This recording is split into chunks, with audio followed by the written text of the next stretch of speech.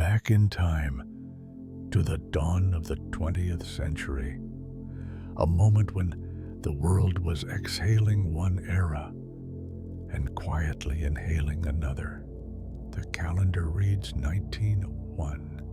The old century has faded, and a new one stirs, delicate as the first light of morning. The great cities of the world are beginning to hum with unfamiliar energies. Tall chimneys belch soft plumes of smoke into pale skies. Wires stretch across the land, pulsing with whispered voices carried by electric currents, and steel rails gleam beneath the weight of locomotives, pulling people and their dreams into new frontiers. It is a time of invention, of industry, and of great restless hopes. In the United States, the air is alive with optimism. A young nation, full of vigor, poised upon the world stage. Yet beneath this bright veneer, old tensions smolder faint and persistent, like embers beneath a hearth, unseen but never fully extinguished. The people of America are awakening to the promises of progress. Electric lights now cast their glow into the dark corners of homes and streets. Automobiles, strange, sputtering contraptions, begin to appear on dusty roads, and distant voices, once separated by days of travel, can now speak in moments across miles by telephone and telegraph. The century is new, and yet so much of the old remains. The wounds of the Civil War, though decades past, still ache beneath the surface. The vast West is not fully settled. Immigrants pour into bustling ports, seeking fortunes, or simply a fresh beginning in this land of possibility. And for many, the American dream remains a fragile hope, easily bent, often broken. At the heart of this young nation stands its leader, a man of gentle manner and steady hand, the 25th President of the United States, William McKinley. McKinley, born in Ohio, a veteran of the Civil War, a man shaped by modest roots and guided by quiet conviction. He carries himself with the calm dignity of one who has seen both the horrors of conflict and the burdens of leadership. His first term in office has been marked by war. The brief but consequential Spanish-American War, a war that thrust the United States onto the world stage. That saw new territories, Puerto Rico, Guam, the Philippines, brought under American influence, and a war that stirred debates at home about imperialism, about America's role in the wider world, about the true meaning of freedom. Yet for many Americans in 1901, these distant questions seem far away. Closer to hand are the wonders of modern life, the miracles of industry, the thrill of what lies just ahead. And so, through the long days of that summer, a spirit of celebration swells across the land. Nowhere is this spirit more vibrant, more alive than in the city of Buffalo, New York. Here, in the northern reaches of the state, upon the edge of the Great Lakes, a grand event has unfurled.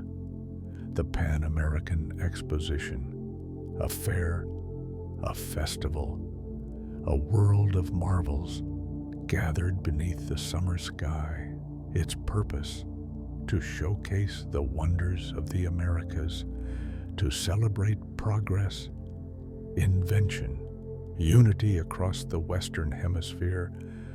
The fairgrounds sprawl across 350 acres, a city within a city.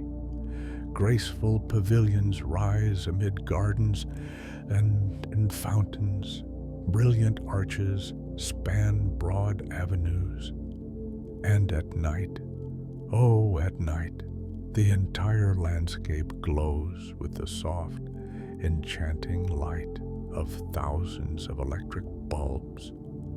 A radiance so new, so wondrous, that visitors gaze in quiet awe, as though gazing at stars brought down from the heavens. There are spectacles to behold, astonishing new machines, exotic displays from distant lands, musical performances, and rides that spin and soar beneath the blue sky. And amid this joyous scene, President McKinley arrives. It is September, a golden month, when the warmth of summer lingers, and the first hints of autumn whisper on the breeze. McKinley comes not only to see the fair, but to speak, to greet the people, to share in this moment of American promise. He is warmly received. Crowds gather wherever he appears. Men tip their hats. Women smile and wave. Children clutch small flags and gaze up at their president with wide, eager eyes. There is little fear, for this is a time when presidents still move among the people unshielded by heavy guard, a time when the office is seen as noble and its occupant as a figure of national unity. And McKinley himself, affable, approachable, welcomes the nearness of the public. He believes in the people. He trusts in their goodwill. And in Buffalo, that goodwill seems to shine from every face. But beneath the bright banners of the exposition, in the shadows beyond the fair, another figure moves, unseen, unknown. A man with darker thoughts, a man whose path will soon cross fatally with that of the president. His name is Leon Czolgosz, a son of immigrants, a factory worker, a troubled soul, drawn to the radical ideas of anarchism, haunted by a sense of injustice, believing in the distorted corridors of his mind that by striking at power, he might somehow serve the cause of the common man. Czolgosz has followed the president's movements, watched from the edges of crowds, waited and waited for the right moment. And now, that moment draws near. It is the 6th of September, a fine, warm day. The president is to receive visitors at the Temple of Music, one of the fair's grandest halls, a place of soaring arches, of polished floors, and of kit swelling melodies drifting through the air. A reception has been arranged, a simple greeting line where citizens may step forward, grasp the president's hand, and exchange a word or two. McKinley stands smiling, his hand outstretched. The line moves slowly, one person after another, approaching, pausing, shaking hands. a ritual of civility, of connection, and then it is Czolgosz's turn. He steps forward, in his right hand, concealed beneath a handkerchief. A small pistol lies hidden.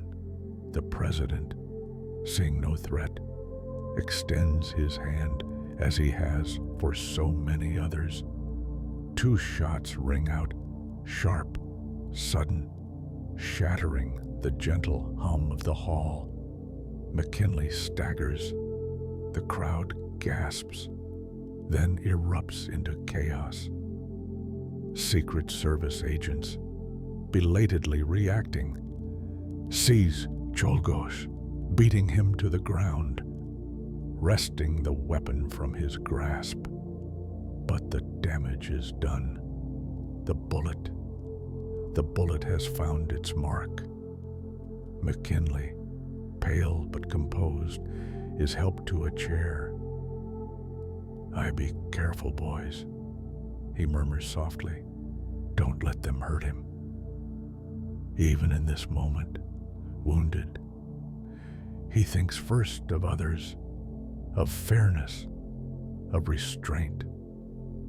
Doctors are summoned, an ambulance is hastily brought, and as the fair continues, the ride spinning, the music playing, the crowds unaware, the president is carried away to a small house on the fairgrounds, converted now into an impromptu hospital.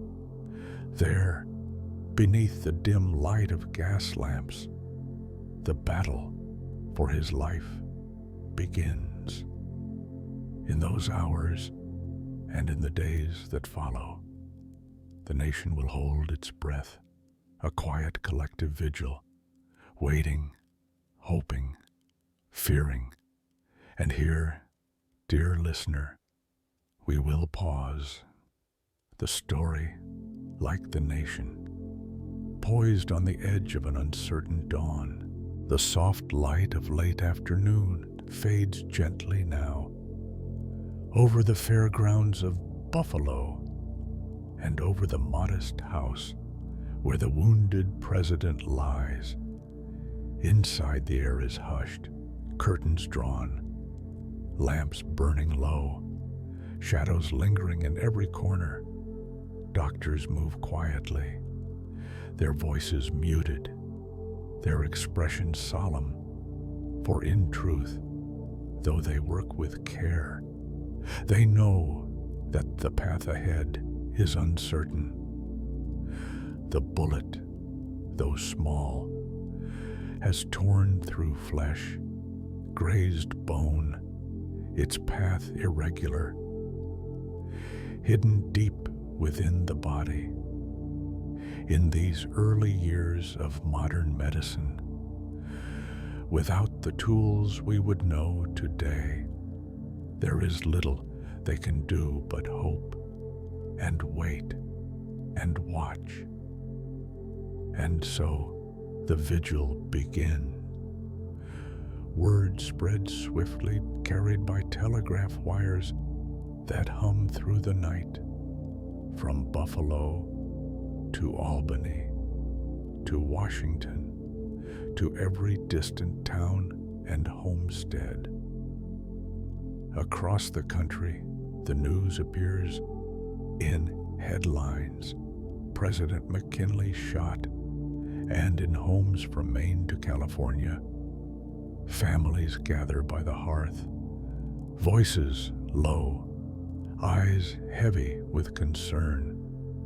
In the days that follow, newspapers publish breathless updates, each new edition bringing hope or dread. Crowds form outside the fairgrounds, waiting for word, their faces drawn, eyes fixed upon the house that holds the fate of a nation. Inside, McKinley remains calm.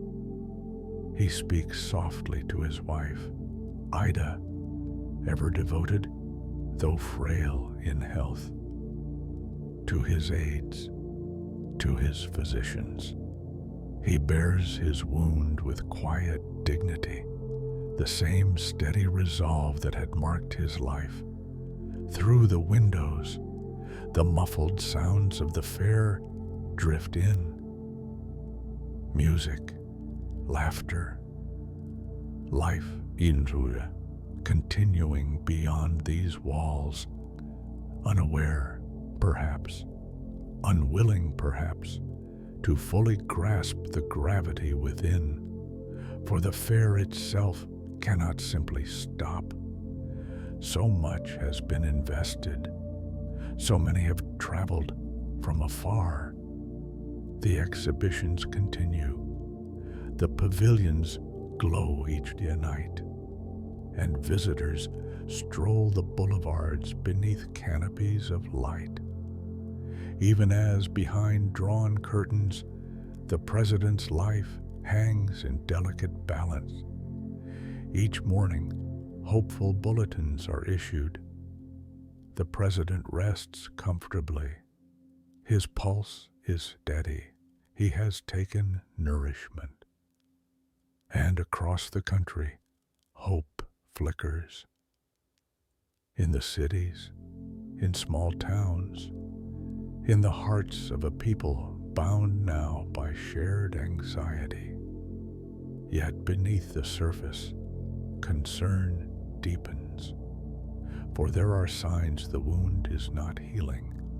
The body, though strong, begins to show the subtle, ominous signs of infection, a danger not yet fully understood, but feared by every physician. Gangrene, that insidious enemy, creeps unseen, beneath stitched skin, into hidden tissues, and with each passing hour, the president's strength begins to wane.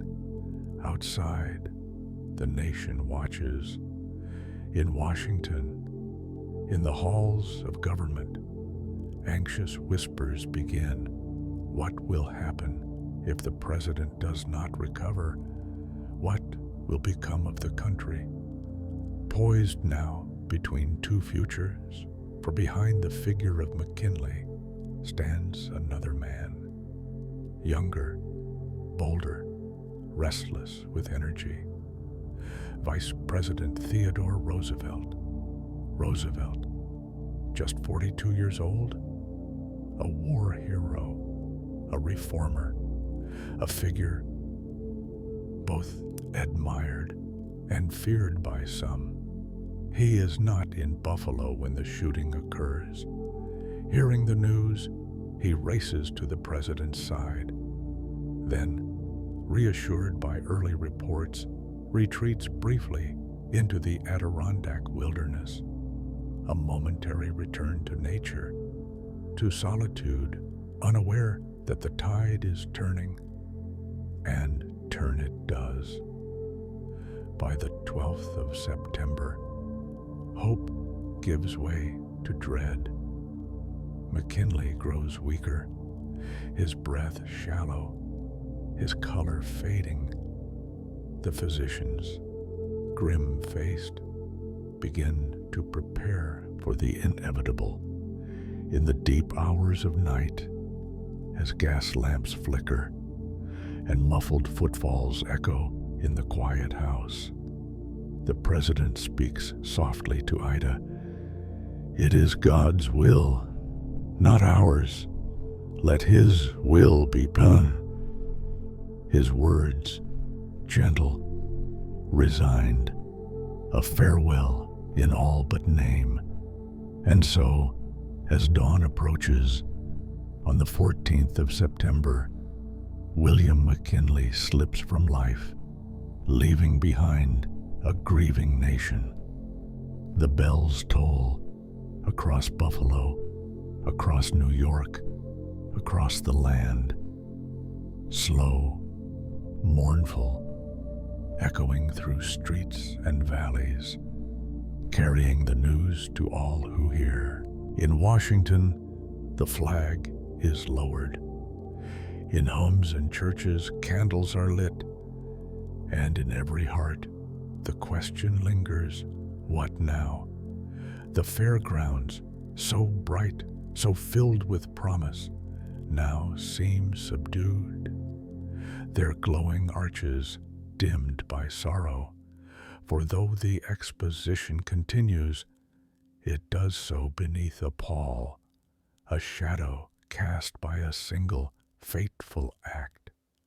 And into this somber moment steps the new president, Theodore Roosevelt, summoned from the wilds, arrives breathless, solemn, prepared now to take the oath in a private home in Buffalo, beneath the watchful eye of gathered officials. Roosevelt places his hand upon the Bible and swears the oath of office. He is now the youngest president in the nation's history, a man of action, of vision, and one whose path will soon reshape the American future. But for now, there is mourning. A funeral train, draped in black, carries McKinley's body from Buffalo through towns and cities. Each stop met by silent crowds, heads bowed, hats in hand. In Ohio, in his hometown, he is laid to rest, and across the land, church bells toll once more, as the old century's gentler spirit seems to fade with him. The death of McKinley marks not only the passing of a leader, but the passing of an age of quiet diplomacy, of cautious progress, giving way now to something swifter, more assertive, more modern. For under Roosevelt, the nation will surge forward, embracing new roles upon the world stage, pursuing reforms at home, and setting a course that will echo through the decades. Yet, in the soft shadows of 1901, none can fully see what lies ahead. Only the hush remains, and the memory of a bullet at the fair. And so, dear listener, as the world turns slowly beneath a pale autumn sky, we pause once more, the story unfolding yet beneath the currents of time. And so the seasons begin to turn. Summer fades to autumn. The golden leaves drift down through cool, still air, and with them an old chapter closes. In the heart of the nation, the halls of power stir quietly. There is no fanfare, no parade, only the solemn weight of new responsibility resting now upon young shoulders. Theodore Roosevelt, President of the United States, at 42, a man propelled into history by a single violent moment. He steps into office with a mixture of reverence and resolve. He honors McKinley's memory, speaks softly of his fallen predecessor, and yet, beneath the measured words, a restless spirit stirs. For Roosevelt is a man of action, of vision, and he senses, perhaps more keenly than others, that the world is changing. In those first weeks, he moves with deliberate care, meeting with McKinley's cabinet, pledging continuity, offering reassurance to a nation still heavy with grief. But beneath the calm surface, the tides of history begin to shift. The America of 1901 is a land of contrasts. Gleaming skyscrapers pierce the skies of New York, while tenement shadows stretch long over crowded immigrant streets. Great fortunes rise in the boardrooms of industry, even as child laborers toil in factories, and coal miners vanish into dark, narrow shafts. Railroads crisscross the continent, binding distant corners of the land, yet corruption festers in politics, and monopolies tighten their grip on commerce. Roosevelt sees this world with clear eyes. He has walked the tenement districts, spoken with workers, witnessed both the promise and the peril of unchecked power. And he believes deeply that government must serve the people, that it must be strong enough and just enough to curb the excesses of the few and uplift the many. These convictions will soon shape a presidency unlike any before. In the first months of his term, Roosevelt begins to speak of the square deal, a vision of fairness, of opportunity for all Americans. He takes aim at the great trusts, the sprawling industrial monopolies that dominate railroads, steel, oil, determined to ensure that no private power grows larger than the republic itself. His words, bold, direct, often ruffling the feathers of entrenched interests, echo through the press. Some call him a radical, others a reformer. But the people, weary of corruption, hungry for justice, begin to rally to his side. Beyond domestic matters, Roosevelt's gaze turns outward as well.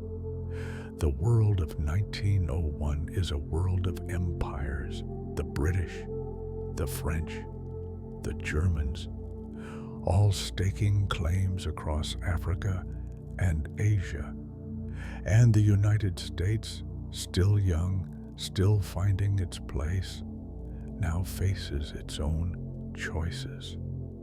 The war with Spain has left it with new territories, new responsibilities, and questions about the very nature of American power. In the Philippines, an insurrection simmers as Filipinos resist American rule, longing for independence. In Cuba, Puerto Rico, Guam, questions of governance, of freedom, of imperial ambition hang in the humid air. Roosevelt, though a man of martial spirit, also understands the burdens of empire. He speaks of the strenuous life, of duty, of America's destiny. Yet he also knows that power must be tempered by principle, that the nation must tread carefully upon the world stage. And so, as the new century unfolds, the president balances these tensions, championing reform at home, asserting American interests abroad, and laying the groundwork for a modern presidency. For Roosevelt will not be content with ceremony. He transforms the office, expanding its reach, its voice, using the bully pulpit to speak directly to the people, to rally public opinion, to shape the national discourse. In doing so, he changes forever the nature of American leadership.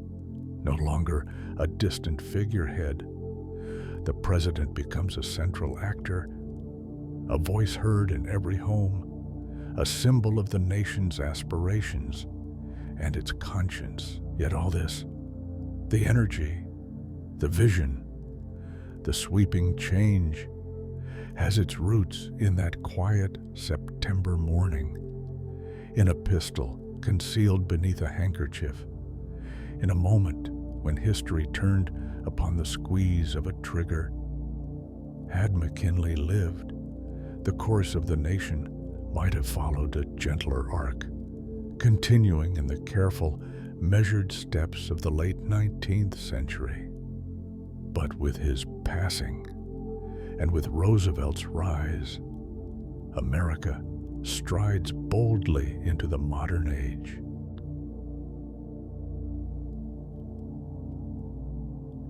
Industries will be regulated, labor rights advanced, national parks preserved, and American influence will stretch further across oceans, heralding the century to come. And yet, amid all this motion, the memory of McKinley remains.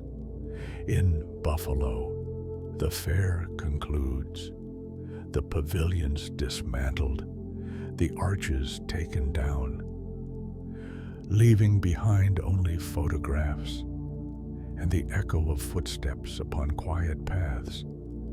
A memorial is raised, simple, dignified, a place where visitors may pause, reflect, remember. For even as history surges forward, the past lingers, soft as a shadow at twilight, reminding us that every great turning begins with a single moment, a breath, a heartbeat, a bullet at the fair. And so, dear listener, as the last leaves of autumn drift upon the breeze, we let the story rest. For now, its currents still flowing beneath the surface of time. The leaves of autumn give way now to the cold hush of early winter. Frost dusts the rooftops of Buffalo, and the fairgrounds, once alive with light, lie still and bare. Snow gathers softly in the empty lanes where crowds once wandered, and in quiet homes, the nation's thoughts drift toward the future, toward what this new century may yet bring.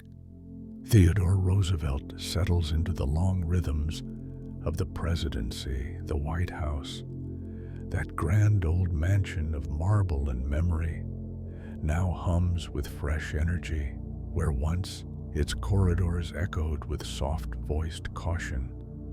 Now the air stirs with purpose, with voices raised in debate, with the tapping of typewriters, with the shuffle of hurried steps.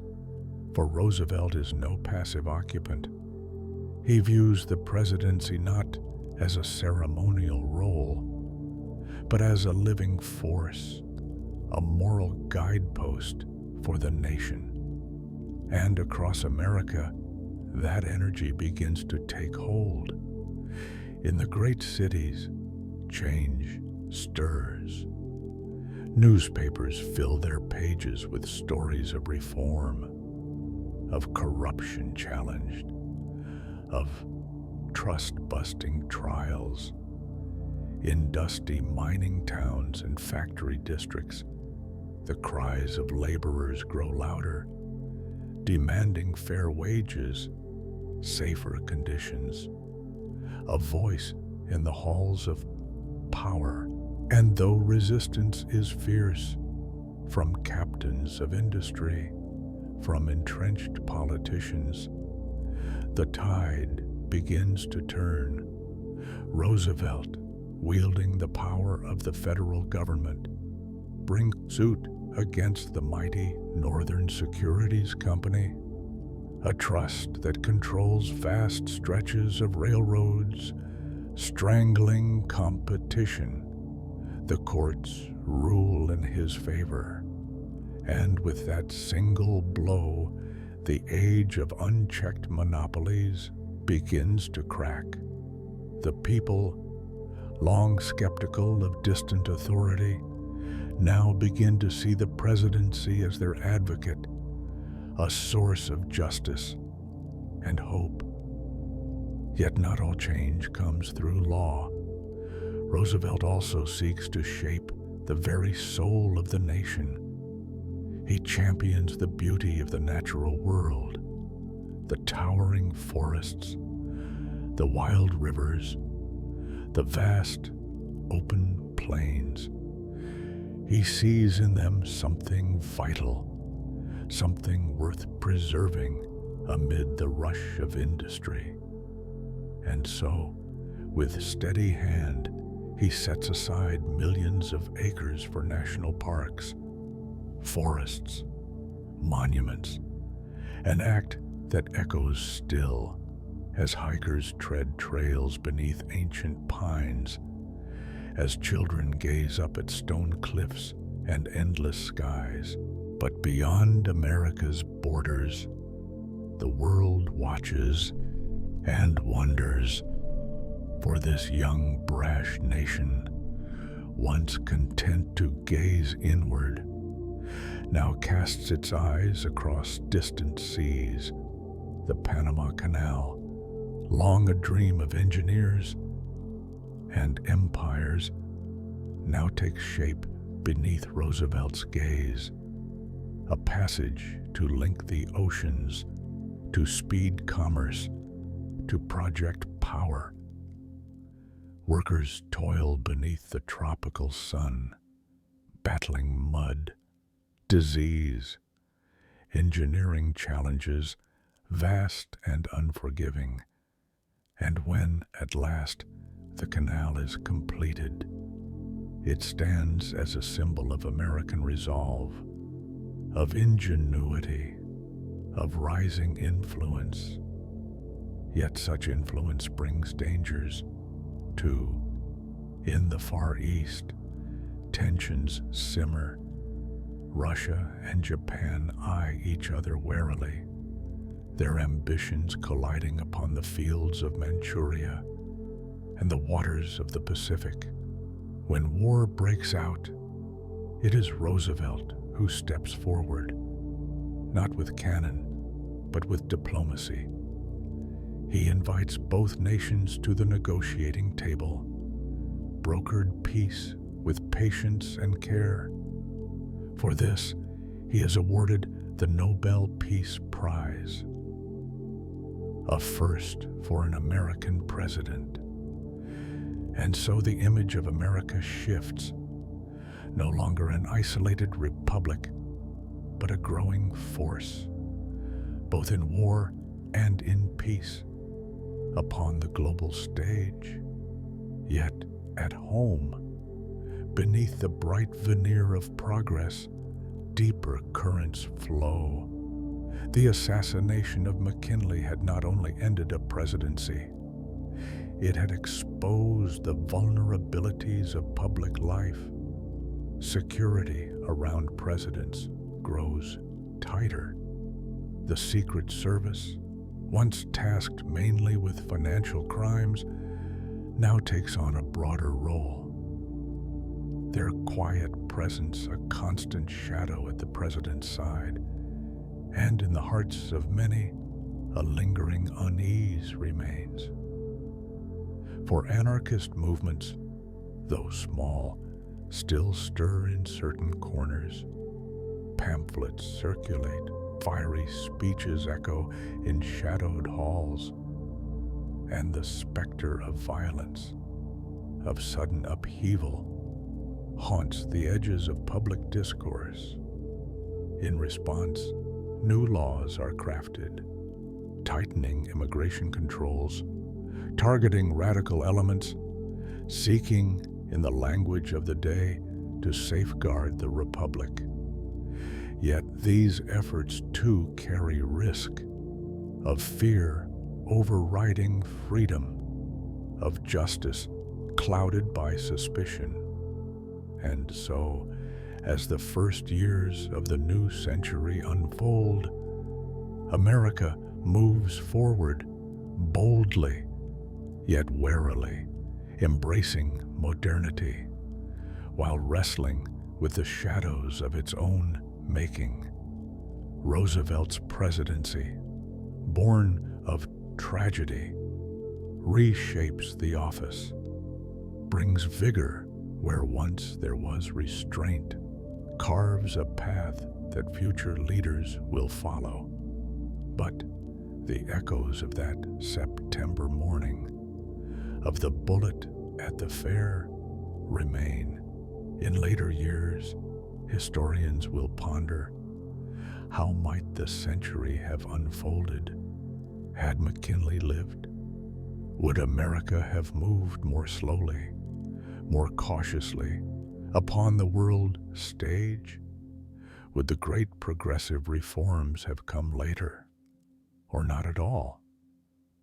Such questions linger, like autumn mist upon the fields, unanswerable, yet ever present, and still the story flows onward. The nation, stirred by new voices, faces fresh challenges. The march toward women's suffrage gathers strength. Civil rights movements begin to take shape.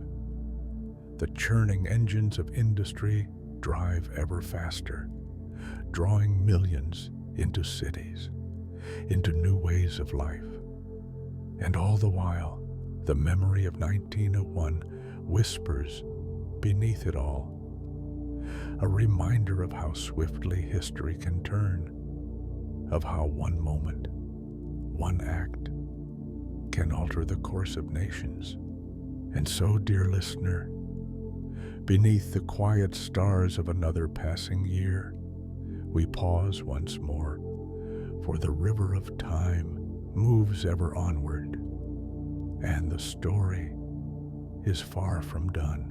And so, the years continue their slow, inevitable march. One by one they slip past, like leaves upon a gentle stream, carried forward by currents too vast for any one person to command. The death of McKinley, the rise of Roosevelt, these were not merely moments of political change. They were the opening chords of a larger symphony, one that would echo through the decades to come. For the America of the early 20th century was a land awakening to new ideas, new conflicts, new responsibilities on the world stage. The reforms begun in those early Roosevelt years, trust-busting, conservation, labor rights, did not end with his presidency. Rather, they planted seeds that would take root in the fertile soil of a restless, ambitious nation. Progressive voices, inspired by Roosevelt's boldness, rose in city halls, in state houses, in the halls of Congress. Figures like Robert La Follette, Jane Addams, W.E.B. Du Bois, all carried forward the vision of an America not merely powerful, but just. The Square Deal became a New Deal, and later, a Great Society. Each generation reaching further, aspiring higher, toward the ever-elusive promise of a more perfect union. But with progress came new complexities. The industrial might of the United States grew. Steel mills roared, railroads expanded, corporations spanned the globe. Yet with this growth came labor strife, strikes, clashes between workers and factory owners. A reminder that prosperity, unevenly shared, could become a source of unrest. And so the role of government expanded slowly, fitfully, balancing the needs of capital and labor, weighing freedom against fairness, seeking, though never perfectly, to harmonize the competing voices of a modern democracy. On the global stage, the seeds planted in 1901 would grow as well. Roosevelt's assertive foreign policy, the big stick diplomacy, announced that America would no longer remain a passive observer. Instead, it would engage, intervene, shape the emerging world order. The Panama Canal, once a distant dream, soon became a vital artery of commerce, linking oceans, linking continents, drawing America ever deeper into global affairs. When war erupted in Europe in 1914, the United States at first stood apart, but the pull of alliances, commerce, and ideals drew it inexorably into the conflict. By 1917, American soldiers marched across the fields of France, bearing with them the hopes of a world weary of war. The victory that followed would mark America's arrival as a true world power, a role it would never again relinquish. Yet even amid triumph, the lessons of 1901 remained. For leaders remembered how swiftly fate could shift, how a single act, a single assassin, could plunge a nation into mourning and into change. Presidential security tightened further. Public spaces grew more carefully controlled, and the American people, though still hopeful, carried with them a new awareness of the fragility of peace and of power. At home, the march of social progress continued. Women, after decades of tireless advocacy, won the right to vote. The Great Migration reshaped cities as African Americans sought new lives in the industrial North, carrying with them both hope and the determination to fight for equality. Each of these movements, each step forward, carried echoes of Roosevelt's vision and of the moment that had brought him to power. Through the 1920s, the 1930s, the nation would face prosperity and depression, isolation, and renewed engagement.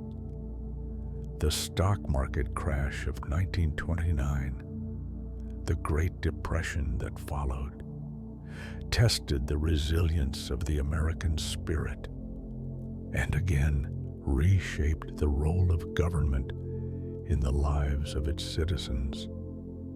It was Franklin Roosevelt, a cousin of Theodore, who would lead the nation through that dark chapter, drawing upon the progressive ideals first championed in the early years of the century. And when another, even greater war engulfed the world, America would rise again, not as an isolated republic, but as a leader among nations. World War II would confirm the role first glimpsed in 1901. That America was destined to shape not only its own future, but the future of the wider world. From the ashes of that war, a new order emerged. The United Nations, NATO, Bretton Woods, institutions designed in part to prevent the kind of chaos that had once allowed anarchists and extremists to thrive. And through it all, the lessons of vigilance remained. Presidential security became ever more sophisticated, an acknowledgement that in a world of rising ideologies and global conflict, leaders could not remain untouched. Yet even as the office of the presidency grew more protected, it also grew more powerful. Its occupant expected to guide a nation ever more complex, ever more intertwined with the fate of the world. By the middle of the 20th century, the United States stood at the height of its power, its economy robust, its culture influential, its ideals of democracy and liberty proclaimed across continents. But the memory of 1901, of McKinley's gentle leadership and Roosevelt's sudden rise, remained in the national consciousness. It served as a quiet reminder that history does not always unfold in orderly fashion, that the future can turn upon a single unanticipated moment. And so, in each new chapter, leaders looked back to those early years and to the lessons forged in the shadow of tragedy. And even today, as we drift through the long corridors of modern history, past civil rights marches, past moon landings, past the fall of walls and the rise of new powers, the echoes of 1901 can still be heard, soft as a distant bell, a note of caution and of hope. For the story of McKinley's death and of Roosevelt's rise is not merely the story of one man or one moment. It is the story of how a nation grows, how it responds to loss, and how, in the face of uncertainty, it chooses to move forward. And so, beneath the quiet stars of our own restless century, we pause once more, letting the story settle gently into the deep current of time. And so the American story flows onward through the winding decades of the 20th century, through wars and peace, prosperity and challenge, through moments of great triumph and moments of quiet reflection. Yet always, beneath the swirl of events, the memory of 1901 lingers, subtle, enduring, a thread woven into the fabric of the modern age. For McKinley's death and Roosevelt's rise had marked a turning, not only in the nation's politics, but in its very sense of itself. By the latter half of the 20th century, the United States had become a nation transformed, no longer an emerging power, but a global colossus. Its culture, its commerce, its ideals, touching every corner of the world. The Cold War dawned, an era of tension and vigilance, where shadows moved quietly behind every diplomatic smile. And the ever-present threat of sudden conflict shaped the rhythms of life. And once again, the lessons of 1901 returned, for in a world of fragile peace, of ideologies in sharp collision, the vulnerability of leadership remained ever in mind. Presidents now moved beneath a constant shield, a wall of security carefully built, layer upon layer, a quiet acknowledgement that in an age of television and instant communication, acts of violence could shake the world in a single jarring moment. And still, even with every precaution, tragedy would find its way. In 1963, another shot rang out. Another president fell. John F. Kennedy, young, vibrant, filled with promise, was struck down in Dallas, and once again, a nation mourned in the stunned, grieving days that followed. The shadows of 1901 seemed to return, that old painful awareness of how swiftly history can turn.